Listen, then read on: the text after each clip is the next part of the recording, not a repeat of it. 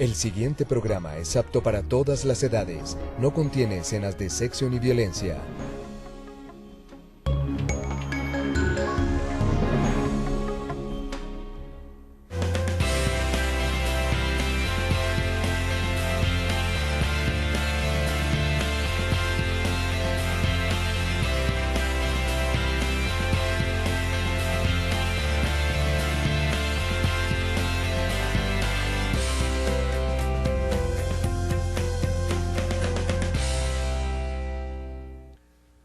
Hola, muy buenos días, bienvenidos nuevamente a este Consúltenos por su Salud. Recuerde que estamos todos los lunes y viernes de 7:30 a 8 de la mañana aquí en el canal UNE, atendiendo todas las inquietudes que ustedes nos dejan a través de nuestro correo electrónico programacitamedica@yahoo.es. Hoy con un invitado muy especial, con un tema también supremamente interesante, así que le damos la bienvenida a la doctora Doris Amandia, nuestro invitado del día de hoy. Doctora Doris, buen día. Buenos días, doctor Juan Carlos, buenos días a cada uno de ustedes, un gusto grandísimo poder estar nuevamente allí, en sus casas, en sus lugares de trabajo, en la oficina, por el pasillo, por donde ustedes vean, por donde ustedes vayan, que nos puedan observar. Hoy, nuestro invitado, el doctor John Jairo Manrique, él es un neuropsicólogo muy reconocido aquí en nuestra ciudad y quien nos trae un tema muy importante y es precisamente esa diferenciación entre lo que es la parte psicológica y la parte neurológica y cómo hacen las dos una compaginación y cómo es su relación con el proceso de educación. Así pues que atentos a esta parte que nos interesa para todas las edades y nos interesa para poder aclarar muchos conceptos que de pronto o tenemos erróneos o no conocemos. Buenos días, doctor John Jairo. Buenos días, doctora Doris Amanda, buenos días a toda la audiencia. Muy bien. Doctor John Jairo, vamos a comenzar entonces hablando acerca de qué es la neuropsicología. Bueno, buenos días. La neuropsicología es la evaluación que puede existir entre las secuelas comportamentales y las secuelas neurológicas en muchos aspectos después de que alguna persona haya sufrido algún trauma cerebral. Doctor John Jairo, nosotros hemos encontrado que en muchas ocasiones hay personas que de pronto han tenido alguna lesión cerebral y que quedan con ciertas secuelas que pueden ser corregidas. El cerebro es esa parte de nuestro cuerpo que está allí en el cráneo y que además tiene unas extensiones muy importantes, no solamente hacia la médula espinal, sino todos los axones que se derivan y las partes que van hacia las regiones terminales del cuerpo.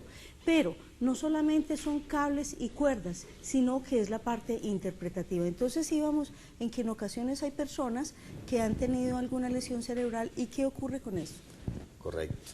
Entonces, cuando, digamos, se presenta un estado de esos, debería existir una cadena inicial, como es pues una valoración inicial por un médico, ¿cierto? El médico general, que determina la cantidad y calidad de sus posibles traumas. Después, entonces, ya entraría a un nivel, llamémoslo superior, en el cual se le podría solicitar a la persona una valoración psicológica para determinar si las posibles patologías que presenta son o físicas o mentales. Después de que se haya determinado que posiblemente fue a causa del aspecto físico y que tiene relación en lo mental, entonces la asignación siguiente podría ser y debería ser hacia la neuropsicología, porque en neuropsicología se determina la calidad y capacidad que tiene la persona y los posibles síndromes o traumas que hayan quedado, las secuelas que hayan quedado. Entonces la neuropsicología como tal es el análisis es la ciencia que está entre la neurología y la psicología, o sea, el entendimiento neurológico y el análisis psicológico. Neurológico desde el punto de vista funcional del cerebro y psicológico desde el punto de vista del entendimiento. Desde el punto de vista práctico, para los televidentes que nos están viendo y como resumiendo, Es decir, que si uno tiene de pronto alguna, o como decía el doctor Doris, un trauma o una lesión a nivel cerebral, pues probablemente la persona encargada de tratar esto sea el neurólogo. Pero si el neurólogo en este sentido determina que probablemente las causas no sean de origen ya estructural allá del cerebro como tal, sino más bien de la parte psicológica, de la parte ya mental, ahí es donde entran ustedes como a intervenir esta parte y a hacer estos tratamientos complementarios. Bueno, la relación que existe entre neuropsicología y neurología es directa, porque pues neurología define el daño cerebral y nosotros definimos las posibles consecuencias de esos daños cerebrales. ¿Por qué? Porque después de la definición neurológica, entonces la persona puede sufrir cualquier síndrome. Un ejemplo, puede sufrir afasias, actividades atencionales, apraxias, amnesias. Trastornos de personalidad. Bueno, eso ya viene desde otro punto, Sí. desde otro punto no tan neurológico, sino que los trastornos de personalidad ya vienen más genéticos, no tanto a raíz o como consecuencia de del posible suceso eventual, de un accidente, un trauma, una simple caída de un niño, un ejemplo, una simple caída de un niño, de cualquier persona, puede generar un trauma cerebral y por ende un síndrome que le puede generar un déficit motor cognitivo neurológico a futuro.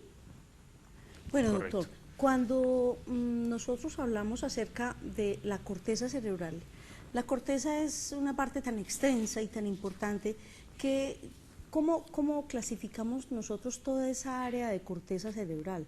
¿Dónde encontramos la corteza auditiva? ¿Cómo puede afectarse y cómo hace el cerebro en su plasticidad para poder hacer las relaciones con un hemisferio y el otro?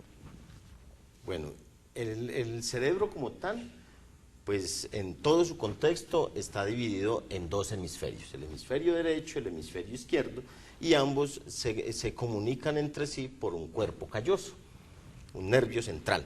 Ese cuerpo calloso que hace la relación entre los dos hemisferios, entonces nos permite hacer actividades similares, pero también diferenciar el funcionamiento lateral cerebral. Ejemplo, pues tenemos el hemisferio derecho, que es el encargado del área del entendimiento, ¿cierto? Del entendimiento, de la concreción de ideas. Mientras que el hemisferio izquierdo es el encargado, ya ahí sí, del área más física, ¿cierto? Más de interpretación, más de capacidad escritural, más de capacidad motora. Los dos tienen su relación entre sí. Se habla y se ha hablado durante muchos años, durante toda la vida, de que efectivamente el cerebro funciona contrariamente.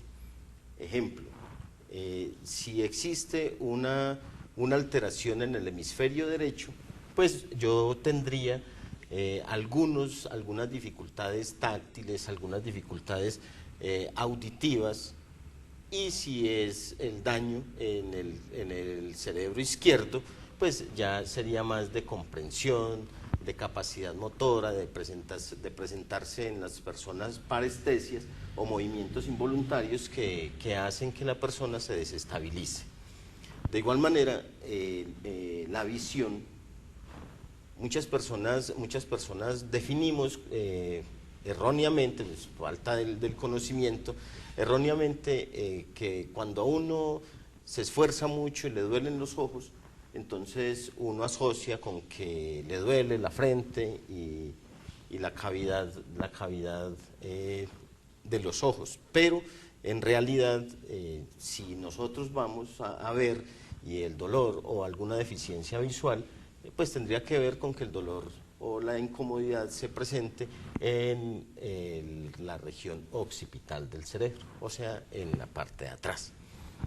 Mientras que si ya es más de auditiva, pues entonces diríamos que se presentaría en la región temporal, estamos hablando ahí sí general del cerebro en ambos hemisferios, temporal o en las sienes. Si ya la persona empieza a tener algunas dificultades de entender, de la capacidad de concretar ideas, entonces podríamos hablar de la afectación en una región frontal o prefrontal. De ahí que hablábamos anteriormente acerca de los golpes o traumas que se pueden suscitar cuando por efectos de una caída, un accidente, etcétera, entonces yo me golpeo la frente o me golpeo lo que nosotros llamamos la nuca, ¿cierto? La parte occipital. ¿Qué son los aspectos más importantes de lo que en últimas nosotros vamos a definir como los problemas a futuro? Y esos problemas a futuro que tienen que ver con el área frontal, prefrontal u occipital, pues son lo que genera los síndromes de los cuales hablábamos ahorita y que pueden perjudicar a una persona a futuro. Es decir que dependiendo del área que se vaya afectando, puede ser por lo que estamos hablando en este momento, por ejemplo, traumas, la región del cerebro que se ve afectada, bien sea frontal, occipital, parietal, donde estén localizados estos diferentes centros a nivel cerebral, vamos a tener, por ejemplo, alteraciones para relacionarnos con el medio o para la educación o para todas las cosas que nosotros vamos a recibir la información en un momento determinado. Sí, efectivamente. Como decíamos nosotros, entonces, el área motora, ¿sí?, que se ubica en el lóbulo temporal, temporoparietal, pues nos dificulta a nosotros la motricidad como tal. Y no hablamos solamente de motricidad de desplazamiento, sino de motricidad manual, motricidad corpórea como tal en cualquiera de los dos semicuerpos que podamos ver afectados. Es así como por poner un ejemplo, a raíz de un accidente nosotros podemos quedar y que en otras oportunidades se denomina como si fuese una trombosis, ¿cierto? Podemos quedar con alguna afectación en la cual nosotros vamos caminando y de un momento a otro nuestro pie se deschoncla, para ponerlo más coloquial, ¿cierto? Eso es sufrir una parestesia, se deschoncla, entonces nosotros empezamos a vernos caminando muy raro. De igual manera, ese mismo ejercicio se presenta cuando se determinan personas adultas o ya mayores de edad, en lo cual nosotros empezamos a observar que la persona empieza a tomar algunas actitudes, como un leve encorvamiento o el arrastrar los pies.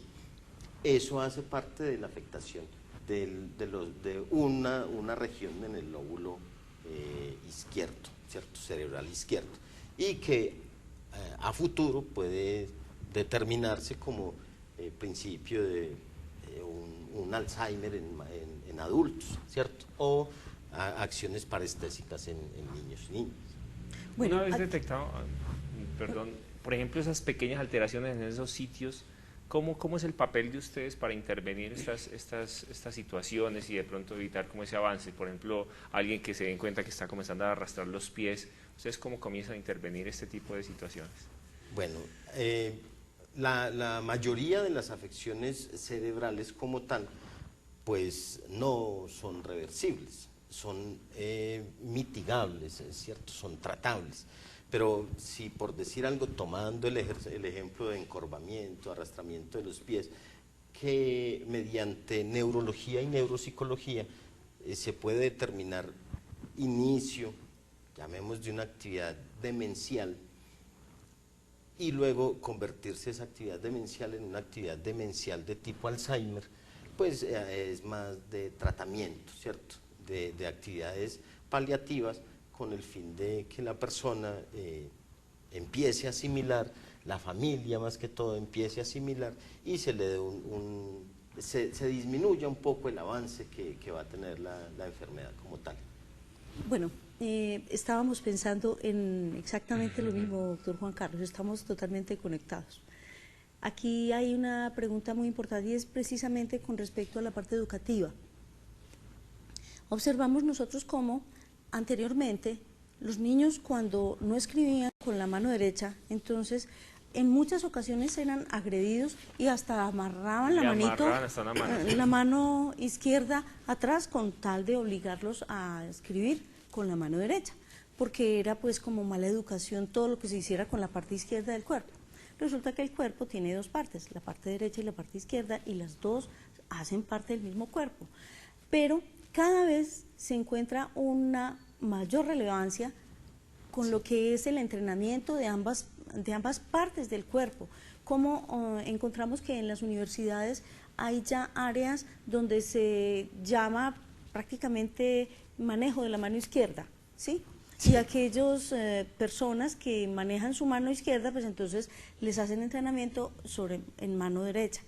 ¿Cómo cuando nosotros utilizamos la parte del cuerpo que menos tenemos entrenada, qué influencia tiene esto en los procesos de pensamiento, de maduración del pensamiento y de mejoramiento de las relaciones interhemisféricas? Bueno, ahí es donde nosotros podemos empezar por generar conciencia acerca de la observación que debemos tener nosotros en la casa, porque es muy importante nosotros desde el nacimiento de los niños hacer un programa de estimulación adecuado. Cuando se determina ya el avance, pues que uno se va dando cuenta, 4 o 5 años, que su niño o su niña maneja más la mano izquierda, por decir algo, o sea, el hemisferio derecho, que es el área sensorial, pues decimos que es ausencia o falta de entrenamiento del hemisferio izquierdo. Se pueden presentar algunos síndromes, ¿cierto? La afasia, agrafía, apraxias, y de ahí entonces dislexias, discalculias, etcétera, etcétera, que tienen que ver con que nosotros podemos determinar inicialmente desde nuestro hogar los posibles causas que nos valga la redundancia, y generando que ese niño o niña nos esté presentando esa dificultad de aprendizaje, que no necesariamente tiene que ser una dislexia. Mucha gente dice, no, tiene una dislexia, no necesariamente es, pero desde el inicio, desde su nacimiento, nosotros podemos empezar con ese entrenamiento y observación familiar. Ejemplo, desde el nacimiento nosotros debemos recurrir a quien nos oriente para empezar a conocer cómo el niño debe gatear, cuáles son los pasos fundamentales en el gateo, cuáles son los reflejos primarios que se deben ir extinguiendo para que el niño o niña a futuro no vaya a tener inconvenientes. Un ejemplo, si nosotros no extinguimos reflejos primarios, como el hecho de que el niño se retraiga cuando alguien lo toque, ¿cierto? Le pongamos una mano en el hombro, etcétera, etcétera, ¿cierto? El niño se retraiga, entonces lo más común y que toda la vida se había presentado es, ay no, lo que pasa es que mi niño o mi niña es muy tímido, y resulta que esa timidez es la posible no extinción de un reflejo primario, ¿cierto? Que tiene que ver con la estimulación del hemisferio cerebral izquierdo. Y cuando no se extingue ese reflejo primario, y nosotros coloquialmente decimos que es que el niño o niña es muy tímido, eso puede generar a futuro dificultades educacionales, relativas a la presencia, que es una persona más propensa a que se le presente el bullying, que es una persona más propensa a desencadenar, siendo fatalista, una especie de autismo. Entonces, siempre desde el inicio nosotros debemos empezar. La observación es esencial cuando nosotros empezamos a hacer cosas familiares, como determinar antes del entrenamiento del que la doctora hablaba, a observar que el niño o la niña come, por decir algo, con la mano derecha, pero escribe con la mano izquierda, que escucha más por un oído o ve por el otro, ¿cierto? Entonces a veces se define más un hemisferio. Y para una determinación de, no, lo que pasa es que él maneja o yo manejo tranquilamente las dos manos, no es tan fácil emitir ese concepto, porque cuando se habla del ambidextrismo, pues ya es un ambidextrismo puro que sí se define desde su inicio, o es zurdo o es derecho, ¿cierto? Porque ya después entonces podríamos hablar de una zurdería contrariada que nos va a generar dificultades de aprendizaje. Eso está Casi muy siempre interesante. es muy selectivo o se ve con relativa frecuencia ese ambidextrismo o este otro síndrome que estás diciendo. Lo que pasa es que el ambidextrismo o la zurdería contrariada es más de tipo social, ¿cierto? Más de tipo social porque desde niño uno empieza a jugar y entre comillas no lo entrenan a uno, entonces uno empieza a jugar en cualquier posición que lo ubique, ¿cierto? Entonces, si el entrenador, un ejemplo, lo vio que uno pateó el balón con el pie derecho, entonces, este puede ser un lateral, un volante o lateral izquierdo, ¿cierto? O derecho. Como su visión de entrenador lo haya visto. Eso puede ser que lo esté obligando a él a que uno adquiera una zurdería social, obligatoria. A veces uno puede ser que, entre comillas, se luxe, se descomponga una mano, entonces se vea obligado a utilizar la otra. Y como los niños tienen la capacidad de ser de esa plasticidad, de aprender mucho, muy fácil, mucho y muy fácil, entonces pues se genera esa famosa zurdería contrariada para nosotros, o lo que mucha gente dice, el ambidextrismo. Pero para ser ambidiestro tiene que ser que haya adecuado manejo visual, o sea, si yo veo tanto 20/20 por ojo derecho como por ojo izquierdo, o escucho la misma cantidad de decibeles en oído derecho y en oído izquierdo, utilizo la mano y utilizo el pie, pues eso sería una zurdería pura, ¿cierto? Si no sucede eso, pues entonces hay que entrenar, en este caso a los padres, para que definan el niño con qué mano come, con qué pie patea, con qué oído escucha, con qué ojo ve, ¿cierto? Para uno poder ir haciendo el mismo entrenamiento que evite que el niño pueda tener un déficit de aprendizaje a futuro. Recuerden todos los televidentes que tienen algún problema de salud, pueden llamar a la línea médica. Allí tenemos excelentes profesionales que les van a prestar el servicio médico a domicilio, servicio de hospitalización domiciliaria, toma de muestras de laboratorio a domicilio, servicio de enfermería, muchos servicios para que ustedes allá en la comodidad de su hogar puedan disfrutar de todos ellos y pasar como menos dificultades. También tenemos un hogar para el cuidado del adulto mayor allí en el barrio Palermo, una hermosa casa que nos permite tener allí nuestros abuelos, nuestros adultos mayores, para cuidarlos con el personal más idóneo, para que ustedes se sientan tranquilos de que tienen a su papá, a su mamá o a su ser querido en las mejores manos. Pueden llamar al 887-2800 o visitarnos para que conozcan estas hermosas instalaciones. Doctor John Jairo Manrique, ¿dónde te podemos conseguir? Bueno, en este momento tenemos el consultorio en el Centro Médico Santa Elena, en la carrera 25 enseguida de Confamiliares. Teléfono del centro médico es 885-8211 y allí hemos estado atendiendo, tenemos el consultorio, tenemos ahí, como decía el doctor ahorita, tenemos los servicios médicos que hacemos la misma relación, entonces trabajamos con la neurología, con terapeutas respiratorias, audiólogas, fonoaudiólogas, psiquiatra, tenemos ahí todo un centro que podemos brindar una orientación adecuada en caso de ser necesitado. Les recomiendo a mis pacientes una actividad. Es importante que aquellos pacientes que siempre han sido diestros para su escritura comiencen a desarrollar esa actividad de hacer sus planas con la mano izquierda. Aprovechemos si estamos pensionados o si estamos en la casa, entonces vamos a activar la otra parte de nuestro cerebro. Esto nos va a producir una sensación de paz y de tranquilidad y nos va a ayudar a preparar nuestro cerebro para cualquier evento que se pueda ocurrir de origen vascular o trombótico. Así pues que el cerebro es plástico, es una maravilla y el cerebro está esperando que nosotros también trabajemos por él. Les recuerdo que soy Doris Amanda Henao Serna, su médica cirujana colposcopista. Me encanta estar con ustedes, me encanta compartir con ustedes y recordemos que el buen genio hace parte de un hábito saludable para nuestra vida y para nuestra convivencia con la familia y con nuestro entorno. Un abrazo y esta semana muy buena energía.